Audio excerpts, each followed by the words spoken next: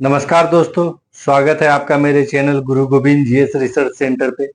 दोस्तों, पता होगा आपको कि आज यूपीएससी सीएससी यानी यूपीएससी सिविल सर्विसेज एग्जाम का फॉर्म का आज लास्ट डेट था। तो उम्मीद है कि आप सभी दोस्त फॉर्म भर लिए होंगे। तो आइए दोस्तों, आज आपको बताने जा रहे हैं कि कितने कम से कम समय में, जैसा आपको पता होगा 26 मई 2024 को आपका एग्जाम है, तो कम से कम समय में आप कैसे अपनी तैयारी को ठोस कर सकते हैं। आइए शुरुआत करते हैं।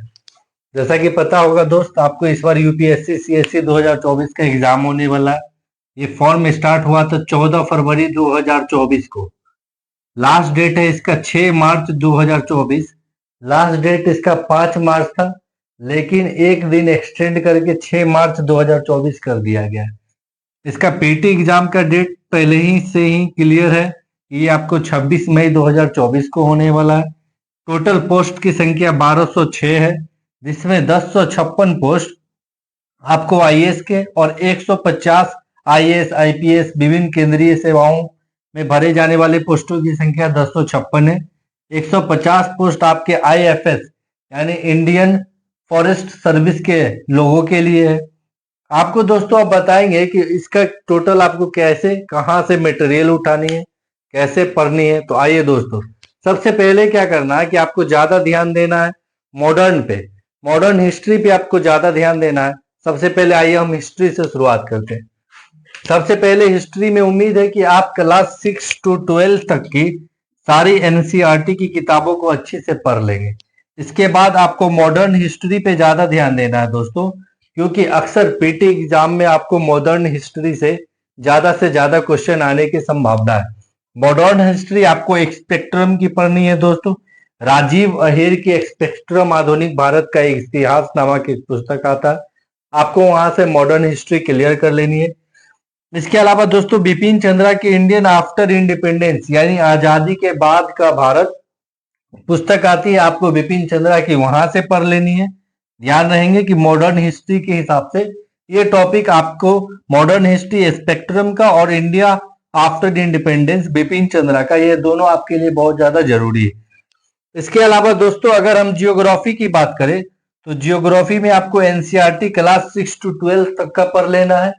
इसके अलावा आपको भारत का भूगोल, इसके अलावा आपको भारत का भूगोल महेश बर्नवाल साहब की एक पुस्तक आती है, उसको आपको पूरा पढ़ लेना है, रिवीजन कर लेना है। इसके अलावा दोस्तों अगर हम आ जाए अब पॉलिटी पे, तो पॉलिटी पे दोस्तों सबसे पहले एम लक्ष्मीकांत की पुस्तक आती है। एक आती है भारतीय शासन और एक आती है भारतीय राज्य व्यवस्था। लेकिन दोस्तों आपको एक बार बता दूं कि आपको पीटी एग्जाम के लिए यानी प्रीलिम्स एग्जाम के लिए सबसे ज्यादा फोकस जो आपको करनी है, वो सबसे ज्यादा फोकस आपको भारतीय राज्य व्यवस्था पे करनी है, क्योंकि इसी से आपको ज्यादा क्वेश्चंस आ सकते हैं। इसके अलावा दोस्तों अगर हम एनसीईआरटी की, अगर हम इकोनॉमिक्स की बात करें तो इकोनॉमिक्स में फिर एनसीईआरटी की क्लास 9 to 12 तक की आपको सारी पुस्तकें अच्छी से पढ़ लेनी है, इनका अच्छे से आपको रिवीजन कर लेना है। इसके अलावा भारतीय अर्थव्यवस्था नामक एक किताब आती है दोस्तों, रमेश सिंह की, उनकी किताब पढ़ लेनी है, उस किताब का भी हेल्प ले लेना है। इसके अलावा इस साल का आर्थिक सर्वेक्षण और बजट जो आपको करेंट की दृष्टि से ये सबसे इंपॉर्टेंट वीवीआई टॉपिक है मेरे दोस्त। अगर अगर आप जानते होंगे कि सीबीएसई सिविल सर्विसेज एग्जाम की अगर आप तैयारी करते हैं तो आपको पता होगा कि आर्थिक सर्वेक्षण और बजट से बहुत ज्यादा क्वेश्चन आने की संभावना है। तो आपको ध्यान रखेंगे इस बार कि आर्थिक सर्वेक्षण और बजट जो है इसको आपको ध्यान से कवर कर लेना, एक एक चीजें अच्छे से पढ़ लेनी है। इसके अलावा अगर हम इन्वायरमेंट की, पर्यावरण और पारिस्थितिकी की बात करें दोस्तों, तो आप दृष्टि पब्लिकेशन की किताबें पढ़ सकते हैं दोस्तों। दृष्टि पब्लिकेशन की बहुत अच्छी किताबें आती हैं पर्यावरण और पारिस्थितिकी की। इसके अलावा अगर कुछ और आप ऐड करना चाहते हैं दोस्तों, तो एक परीक्षा वाणी आती है, ये इलाहाबाद से प्रकाशित होती है मेरे दोस्त। एक परीक्षा वाणी नामक एक पुस्तक आती है पर्यावरण और पारिस्थितिकी के संबंध में, ये आपको इलाहाबाद से प्रकाशित होती है। तो ये परीक्षा वाणी वाली जो किताब है ये आपको पढ़ लेना है। इसके बाद दोस्तों अगर हम साइंस एंड टेक की बात करें तो साइंस एंड टेक्नोलॉजी में खासकर आपको एनसीईआरटी 6 to 10 का आपको इस पे ज्यादा फोकस करना है। इसके अलावा अगर थोड़ा आप और एक्स्ट्रा पढ़ना चाहते हैं तो दृष्टि पब्लिकेशन की ही किताब आती है दोस्तों, साइंस एंड टेक का। तो आपको दृष्टि पब्लिकेशन का एक किताब जो आती है, सबसे पहले इंपॉर्टेंट है कि आपको क्लास 6 to 10 एनसीईआरटी की किताब, या हो सके तो क्लास 6 to 12 तक की एनसीईआरटी की साइंस की तक आप अच्छे से पढ़ ले। इसके अलावा दृष्टि पब्लिकेशन का अगर आपको समय मिलता है तो दृष्टि पब्लिकेशंस की किताब आप पढ़ ले, जो आपको साइंस और टेक का स्तर थोड़ा और बढ़ा देगी। इसके अलावा दोस्तों आपको ये पता होना चाहिए कि साइंस एंड टेक में जो जो विकास होने वाले हैं, जो जो साइंस और टेक्नोलॉजी के क्षेत्र में आपको जो जो विकास आए हैं, कहने का मतलब साइंस एंड टेक वाले पोर्शन में आपको ज्यादा से ज्यादा आप करेंट अफेयर जो होते हैं दोस्त, इसको भी ऐड कर सकते हैं साथ में। तो दोस्तों ध्यान रखेंगे कि आपको साइंस एंड टेक में थोड़ा सा करेंट अफेयर भी ऐड कर लेना है, क्योंकि साइंस और टेक के क्षेत्र में क्या क्या विकास हुए हैं उनसे संबंधित क्वेश्चन आपसे पूछे जा सकते हैं। इसके अलावा अगर हम भारतीय कल्चर की बात करें, इंडियन कल्चर की, वैसे दोस्तों इंडियन हिस्ट्री के साथ ही आपको जोड़ के इंडियन कल्चर पढ़ना है, लेकिन कल्चर में पुष्पा बिष्ट सिन्हा की एक पुस्तक आती है दोस्तों, ये जवाहर बुक डिपो नई दिल्ली से प्रकाशित होती है। पुष्पा बिष्ट सिन्हा भारतीय संस्कृति, ये जवाहर बुक डिपो से प्रकाशित होती है दोस्तों। तो ये किताब आपको साथ में पढ़ लेना, जवाहर बुक डिपो से प्रकाशित होती है नई दिल्ली से। इसके बाद अगर हम करेंट अफेयर की बात करें दोस्तों, आपको पता होगा कि जब से नया पैटर्न आया है साल 2014 के बाद, तब से करेंट की भूमिका पहले की तुलना में बहुत ज्यादा बढ़ती जा रही है।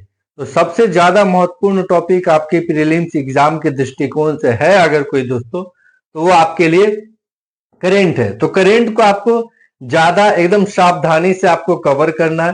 करेंट को कवर करने के लिए क्या करना है, तो आपको दृष्टि करेंट अफेयर्स टुडे, यानी एक नजर से इसका आपको रिवीजन कर लेना है।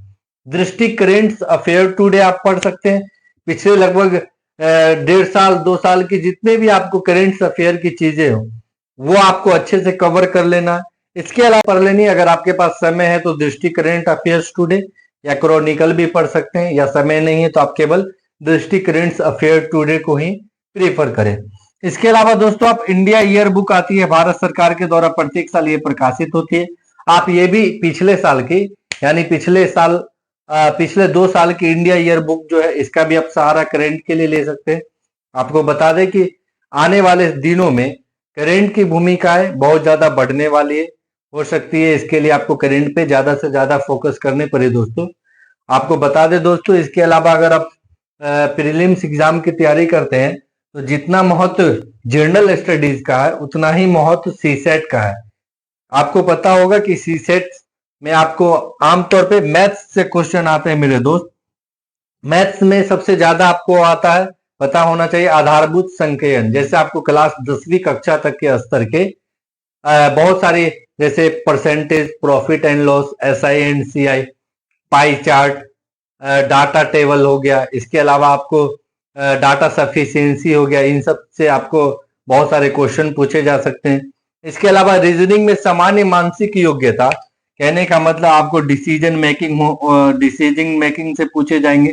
संचार कौशल, तार्किक कौशल से संबंधित आपको इसमें ज्यादा से ज्यादा आपको फोकस करना है। तो कहने का मतलब मेरा ये है दोस्तों कि आपको ध्यान जनरल स्टडीज के सारी विषयों के साथ साथ आपका फोकस सीसेट पे भी होना चाहिए दोस्तों। आपको बता दें कि अगर आप जनरल स्टडीज का ज्यादा से ज्यादा मॉक टेस्ट देते हैं तो ध्यान रखिए कि थोड़ा मॉक टेस्ट आप सीसेट का भी दें, क्योंकि ये भी एग्जाम की दृष्टि से उतना ही महत्वपूर्ण है जितना कि जनरल स्टडीज है।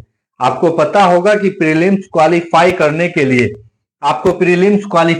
के लिए दोस्तों आपको सबसे पहले जनरल स्टडीज के पेपर 1 में तो आपको होना ही पड़ेगा क्वालिफाई। इसके अलावा आपको सीसेट में भी क्वालिफाई होना पड़ेगा, तभी जाके क्या होगा कि आपका प्रीलिम्स में रिजल्ट हो पाएगा।